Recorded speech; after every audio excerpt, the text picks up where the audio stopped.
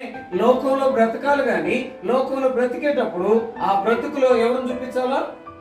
ప్రభువును చూపించాలా? అయితే మనము ఆ బ్రతుకులో ప్రభువును చూపిస్తున్నామా? ఆ ప్రభువులో ఉన్న జ్ఞానాన్ని చూపిస్తున్నామా? దానిలో అభివృద్ధి పొందే అనుభవాన్ని చూపిస్తున్నామా? లేకపోతే లోకంలో కలవక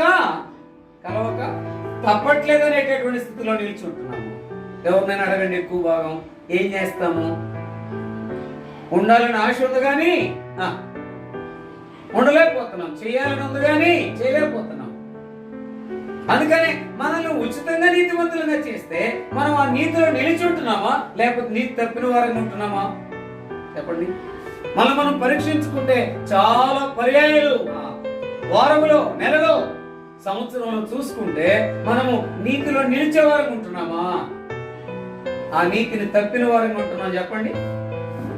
ఎక్కువ భాగం మన జీవితంలో నీతిమంతులుగా తీర్చబడుతూ వచ్చాం. ఆయన కృప ద్వారా, ఆయన రక్తము ద్వారా ఆ ఉగ్రతను తప్పించబడుతూ వచ్చాం. మరలా తిరిగి దాంట్లోనికి వెళితే అతిక్రమలను దాచిపెట్టువాడు వర్ధిల్లుడు. కాబట్టి ఆ జ్ఞానం అనే దాంట్లో అభివృద్ధి పొందట్లేదంటే ఏంటంటే మన జీవితంలో ఏముందనమాట? ఏముంది? అతిక్రమం ఉంది. అతిక్రమం అంటే ఆయన చెప్పింది చేయకపోవడమే. అందుకని ఆజ్ఞాతిక్రమమే పాపము.